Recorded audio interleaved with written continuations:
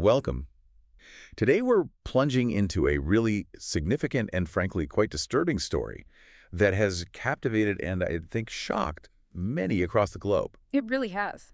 We often encounter these larger-than-life figures in our culture, don't we? Individuals who shape entire industries, influence millions, amass incredible power. Absolutely. Titans of industry, cultural icons. Exactly. But what happens when that immense power, that almost godlike status, allegedly intersects with deeply disturbing, maybe even violent behavior? hmm What happens when the public persona, the carefully constructed image, masks a much darker, maybe more sinister reality? It's such a critical question, and it forces us really to confront uncomfortable truths, not just about specific people, but about the very structures of influence of accountability within these powerful industries. Yeah. So for this deep dive, we're going to meticulously explore the serious allegations currently facing a very, very well-known music mogul, an individual who's long been right at the pinnacle of his field. Right at the top. He's now at the absolute center of a high-profile legal battle. And our mission today, really, is to carefully unpack the intricate details that have emerged. And there are so many details. There really are. We're talking about everything from, the highly unusual legal strategies his defense team is apparently employing, right through to the chillingly personal accounts of former associates and accusers who are now finally stepping forward. That's right. Our goal here is to provide you, our listener, with a clear, detailed, and comprehensive understanding of the nature and the sheer scale of these claims. Yeah, the scale is something else. We want you to grasp the full picture of what's unfolding, drawing directly from the extensive material we've gathered and analyzed together. And it's really important, I think, to acknowledge the profound gravity, the sensitive nature of this subject matter. Absolutely critical. We are living in a climate where stories of alleged abuse, particularly involving figures of immense power, are finally coming to light more often. Yes, thankfully. But it takes immense bravery, courage that's almost unfathomable for those who choose to speak out against such formidable forces. It really does. So our discussion today will remain strictly focused on the factual content provided in the material we've reviewed, exploring its implications, but without any external commentary. No speculation, definitely not taking sides. Exactly. We're here to understand the landscape as it's presented. This isn't about judgment from us. It's about trying to understand the complex tapestry of events, the really serious allegations, and the legal maneuvers that define this current pivotal moment. Laying out the facts as they've been brought forward. That's the aim. Okay, so let's begin by unearthing the very core of this situation, the unfolding legal battle and, well, the sheer breadth of these allegations. What's the immediate legal status of this prominent music mogul right now? Okay, so to start, the music mogul in question is currently facing profoundly serious criminal charges, specifically sex trafficking, federal charges. Sex trafficking, wow. And he has been held in a New York prison for the past 8 months following his arrest. That's a significant detail right there. It immediately underscores the gravity, the severity of the situation. 8 months already. 8 months. This isn't just, a civil dispute we're talking about. These are federal criminal charges with potentially life-altering consequences. Life-altering is right. 8 months in a federal prison?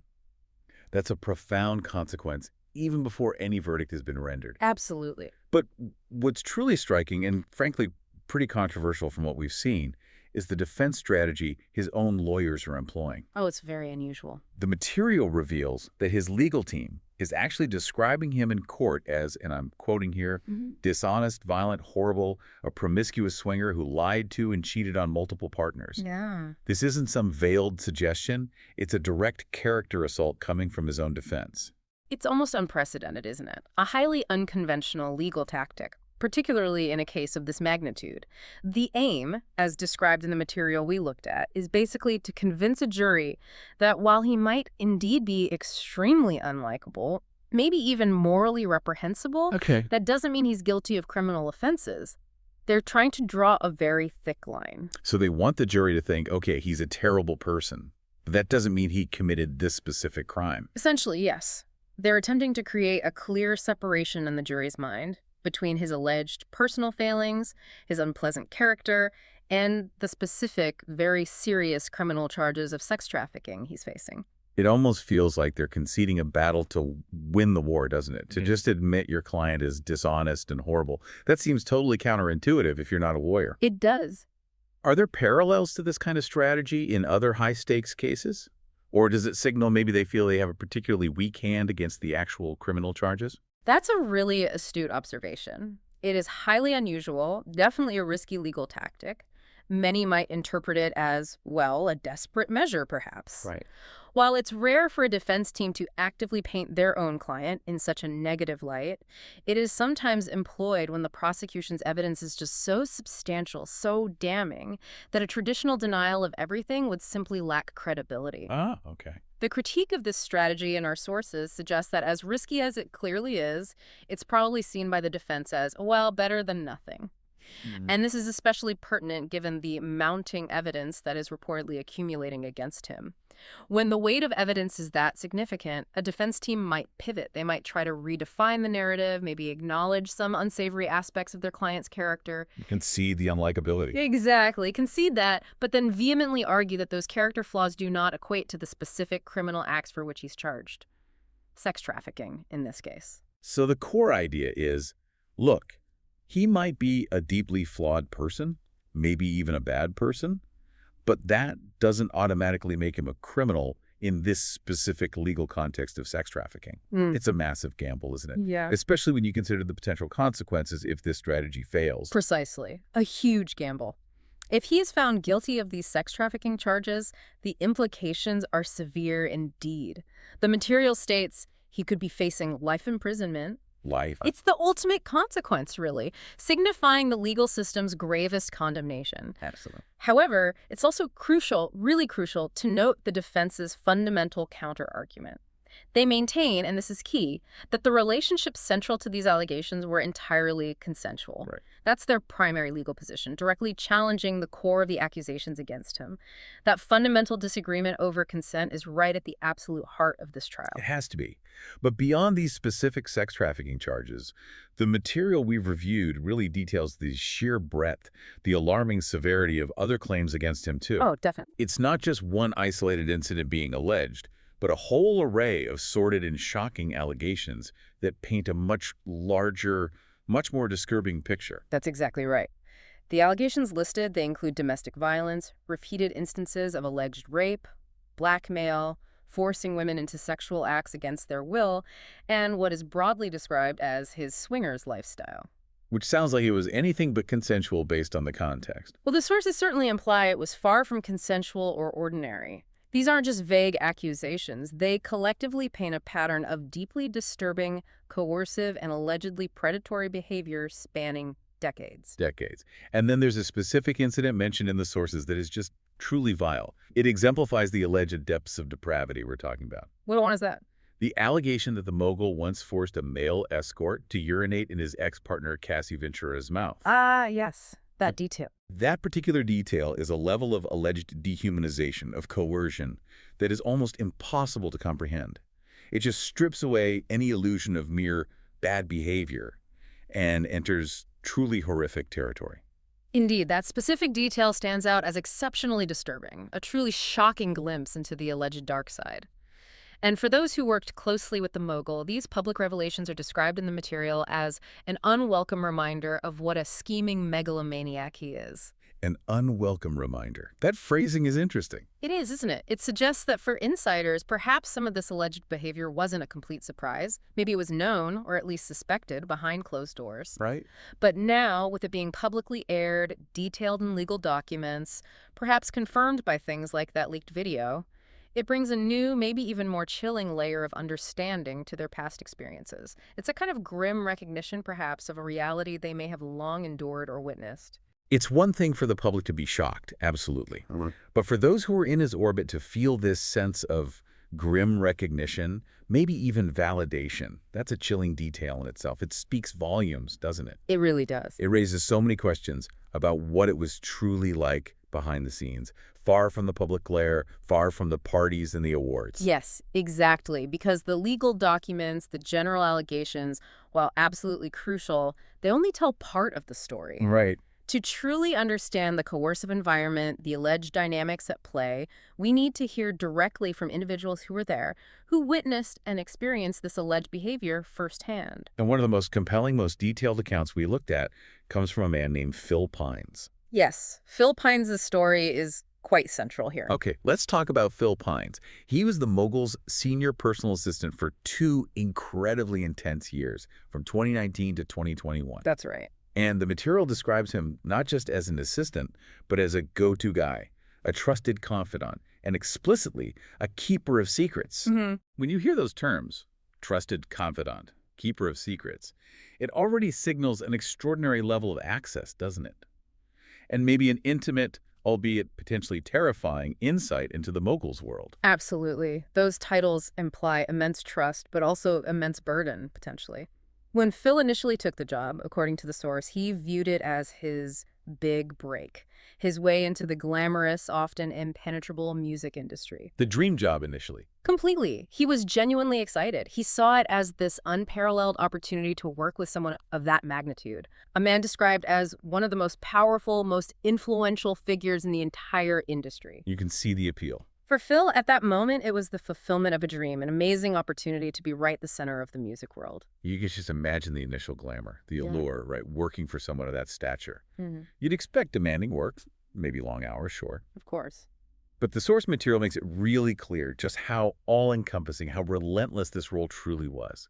It required staffing the mogul 24/7, 24/7. meaning he needed assistance unless he was literally asleep. It sounds like an utterly consuming position, leaving absolutely no room for a personal life.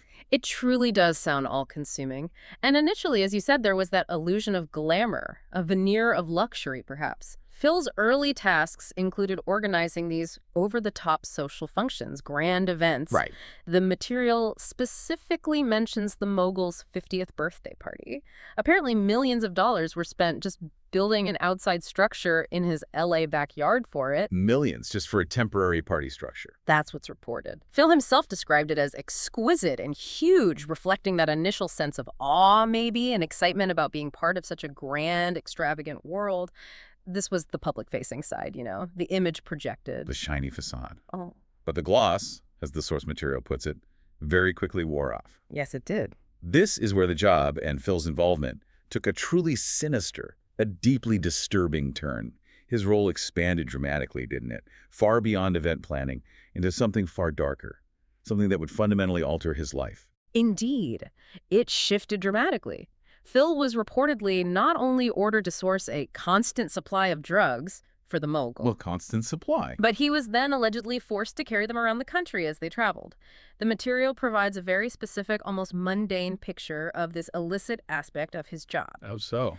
Well, it details a laundry list of items, including things like marijuana joints and mushrooms that were kept in a distinct Diddy pack satchel. A Diddy pack. That's the term used. A satchel that Phil apparently had to carry with him at all times.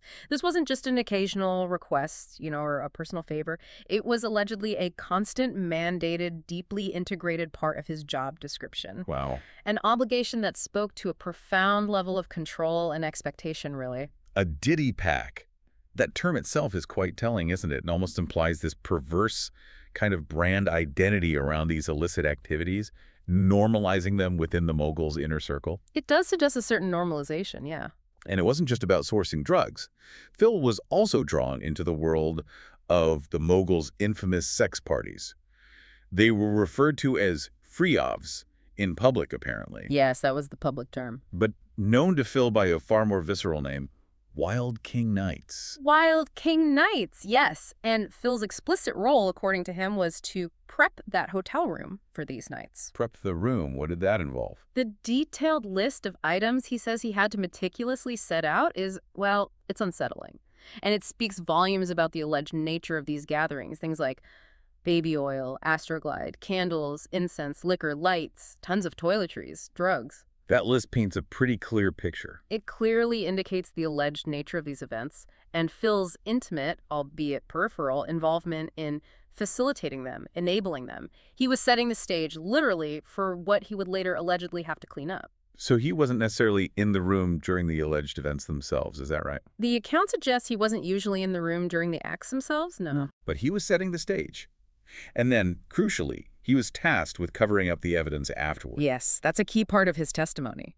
The source says his job included, quote, deleting the very incriminating videos of the Wild King nights from his boss's iPhones and iPads. Deleting incriminating videos. This directly implies that he knew exactly what was happening, or at least what was being recorded, even if he wasn't a direct participant in the alleged acts themselves. It's a chilling form of complicity, isn't it? Forced upon him. A forced complicity, yes. And beyond the digital cleanup, there were also, according to Phil, profoundly unpleasant and physically disgusting cleanup tasks. Like what? Phil describes having to clean up the mess and records from these rooms. He specifies things like halfway open alcohol bottles, cracked glasses, baby oil everywhere on the floors, and lube, quote, oozing off the sides. He even mentions having to wear a mask and gloves because, as he put it, it was so disgusting. A mask and gloves. He mentions initially thinking the mogul was this sort of clean businessman who rose to the top through intelligence, hard work, but then realizing he had this other side to him, which Phil suspected or perhaps rationalized as an addiction. Right.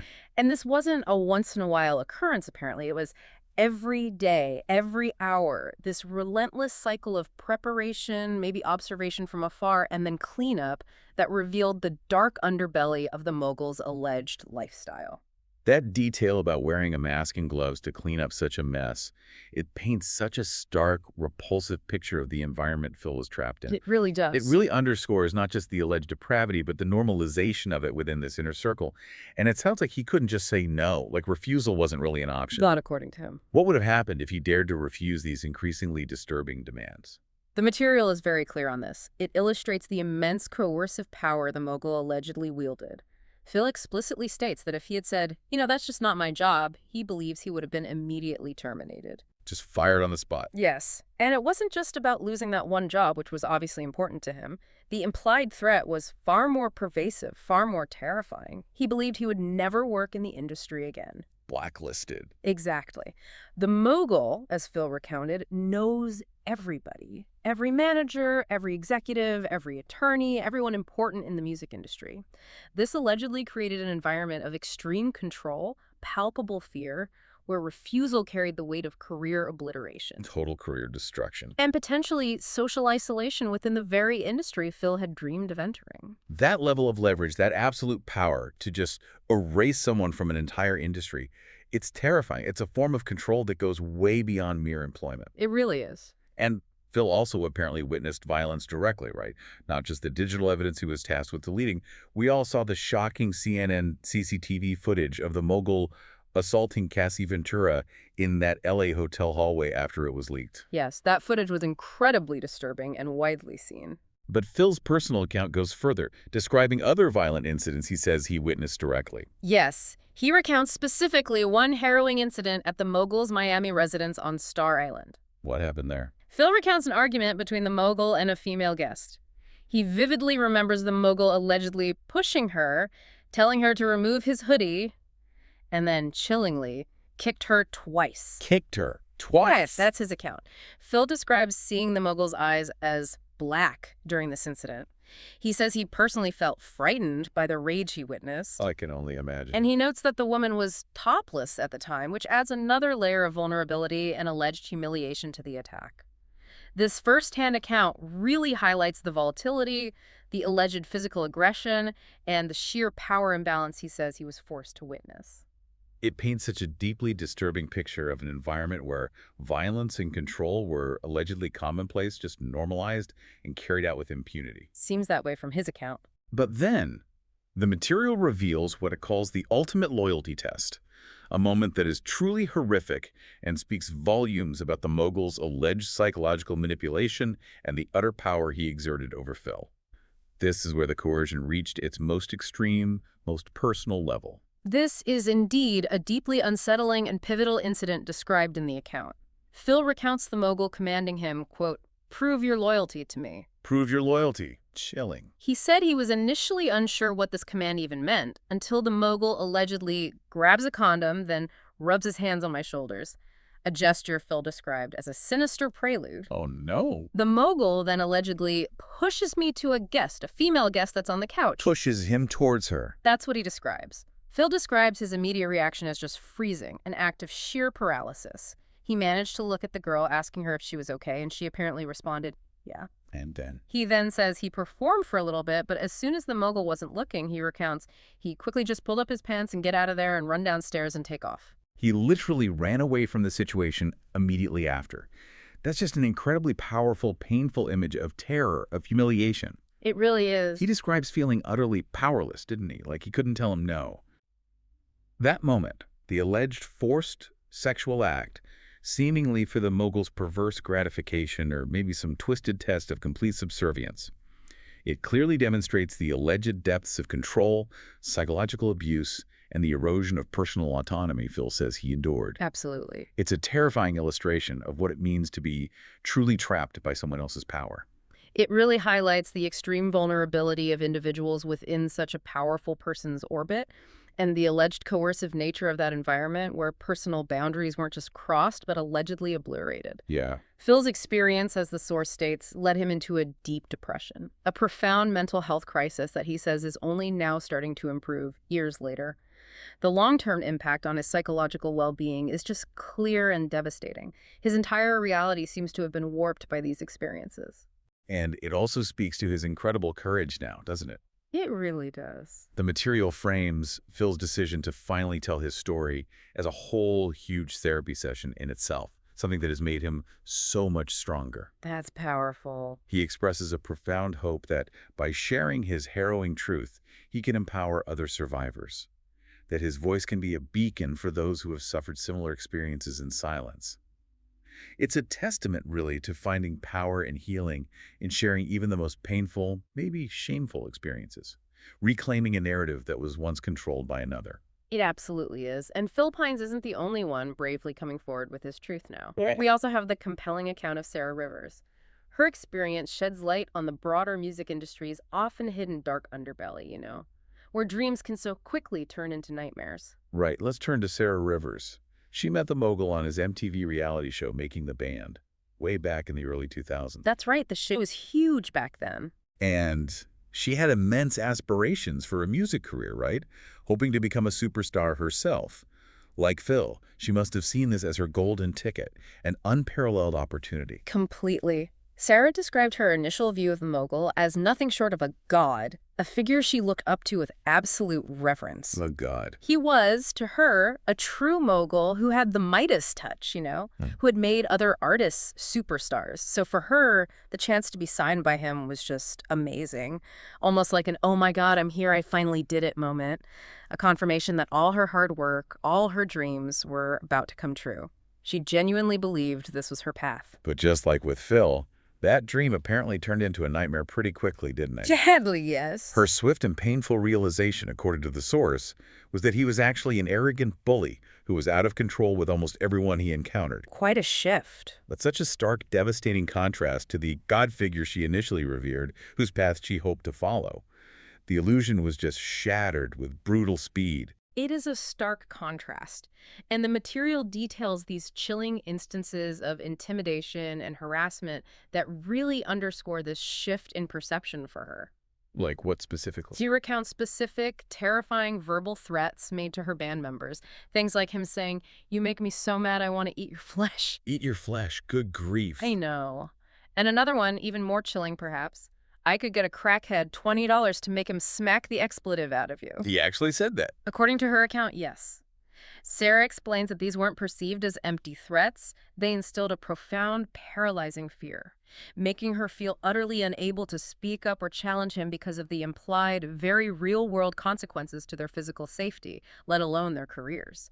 These alleged threats created an atmosphere of absolute terror. Eat your flesh, get a crackhead to smack you. That's just terrifying, almost predatory language to use towards anyone, let alone employees or aspiring artists, depending on you.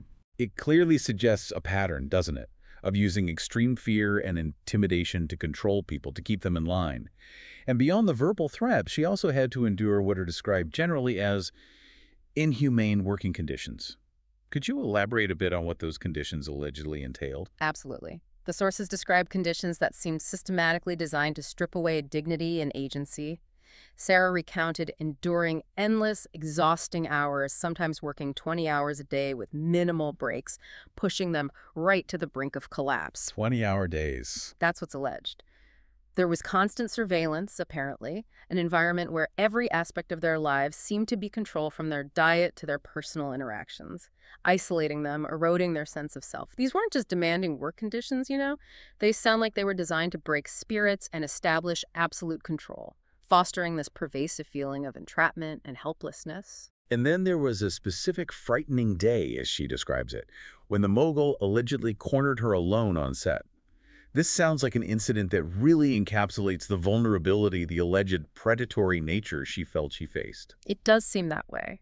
She recounts how he had apparently seen her on his security camera system, then, quote, bust out of the door, cornering her, making it impossible for her to escape the encounter. He came out specifically to confront her. That's her description. He then, she alleges, rubbed his hand down my breast Oh, God. and said, in a tone that she interpreted as a sinister offer, if you need anything, anything at all, you let me know. It wasn't a question, she says. It was a statement dripping with alleged menace, an unwanted proposition. That's a clear, unwanted advance. A profound violation of personal space, of boundaries, that instantly turns a professional environment into a deeply hostile, threatening one. How did Sarah react to that? It must have been deeply disturbing. She says she was deeply distressed, feeling utterly uncomfortable and profoundly intimidated.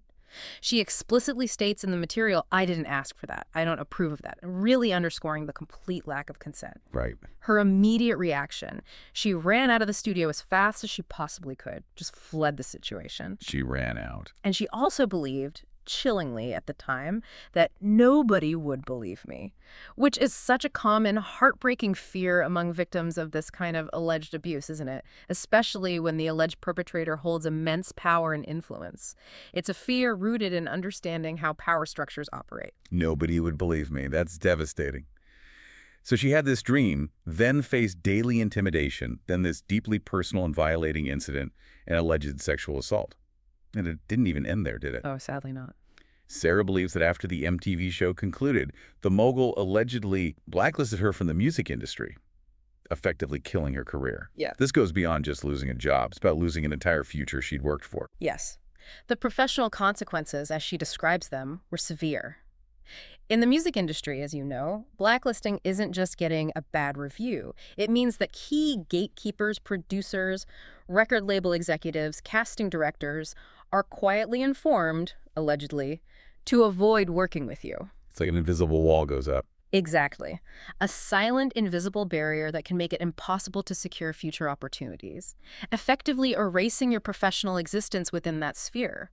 Sarah's career, her lifelong dream, was allegedly just snatched away from her, with no explanation, no recourse. And the emotional devastation from this alleged blacklisting, from having her dream just taken away like that, is still very much with her decades later. Decades, yes. She describes it as crazy, and she articulates the profound, lingering pain so powerfully.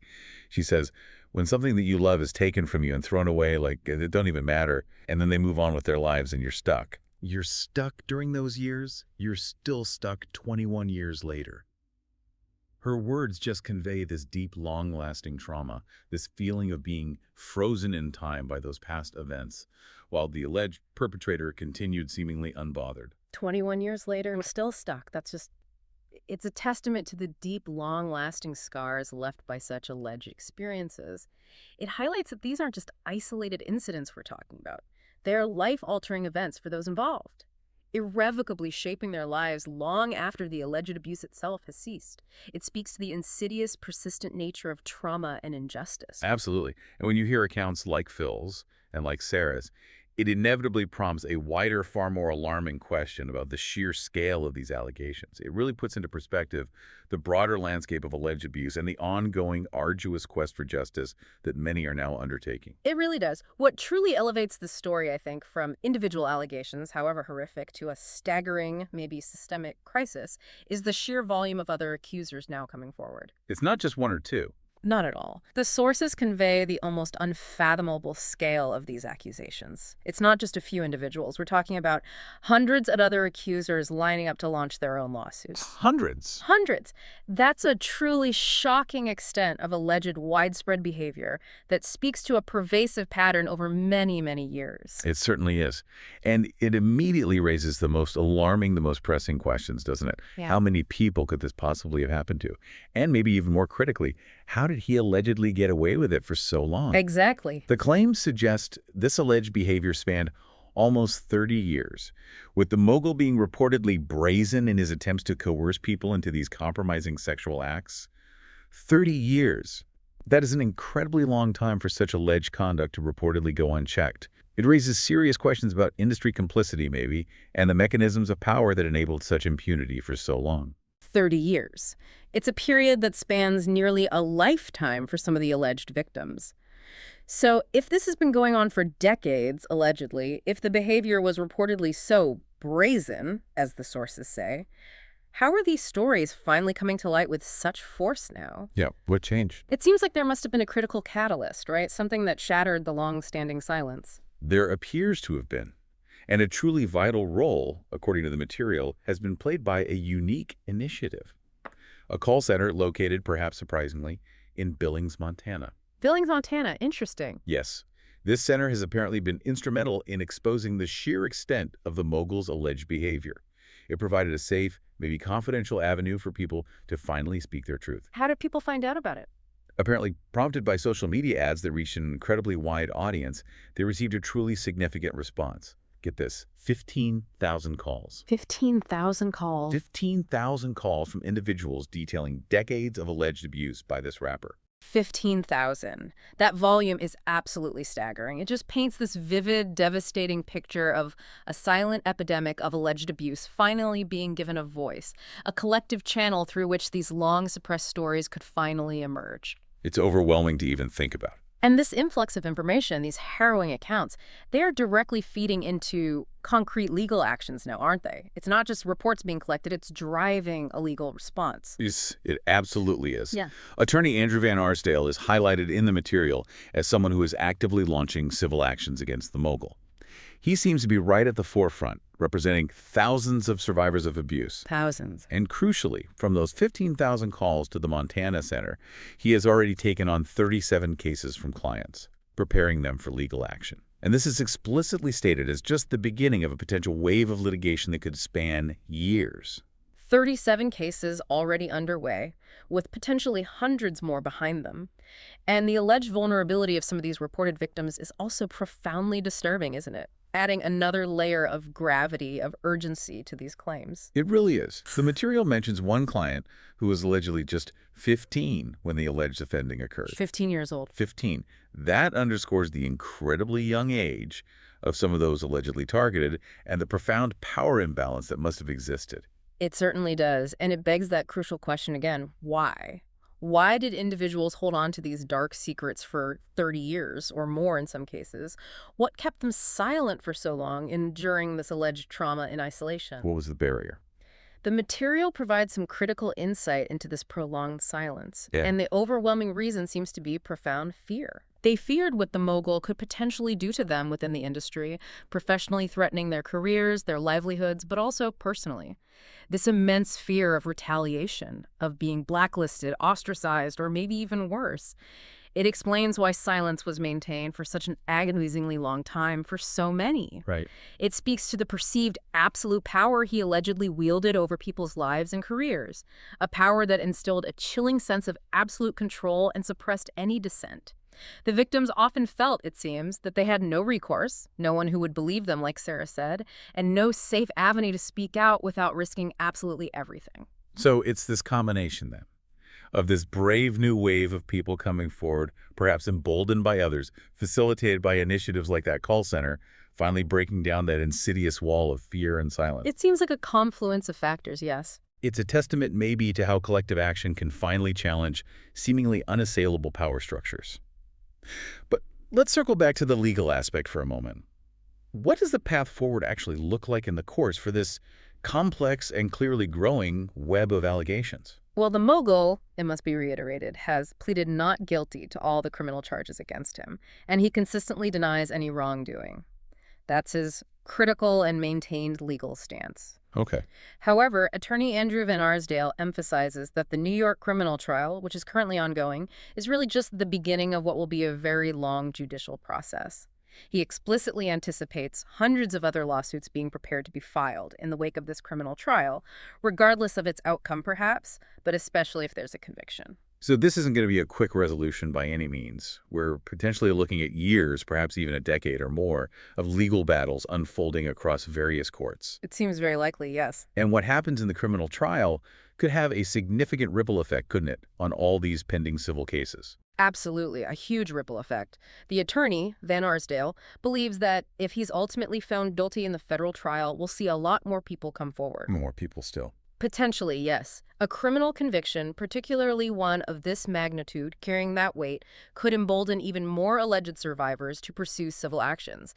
They might feel there's a greater chance for justice, that the legal system is finally capable of holding such powerful figures accountable. It provides a kind of legal precedent, maybe, and certainly a psychological validation for those who have been silenced for so long. So what does justice truly look like then for the people like Phil Pines and Sarah Rivers and the hundreds, potentially thousands of others who have now come forward after allegedly enduring decades of abuse? What are they seeking? Well, for Phil Pines, as the source states, his vision for justice is clear and unambiguous. Justice looks like jail time. Jail time. He expresses a very clear sentiment. Everyone has their day, and he has to pay for that. This reflects, I think, a deep-seated desire for real accountability, for tangible punishment that matches the scale of the alleged actions that have caused so much profound pain, trauma, and suffering. It makes sense. For many, it seems justice isn't just about financial compensation, though that may be part of it.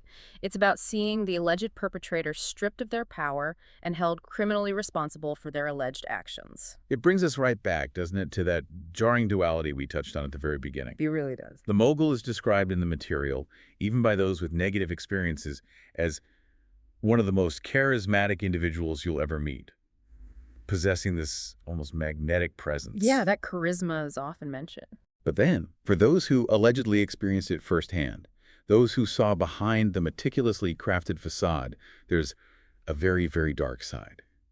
It's that shocking contrast, isn't it, between the public image, the celebrated figure, and the alleged private reality that is so central to this entire deep dive, and frankly to the human tragedy that seems to be unfolding here. It's a profound and, I think, necessary reminder that charisma and immense public success can often conceal incredibly troubling, potentially abusive behavior.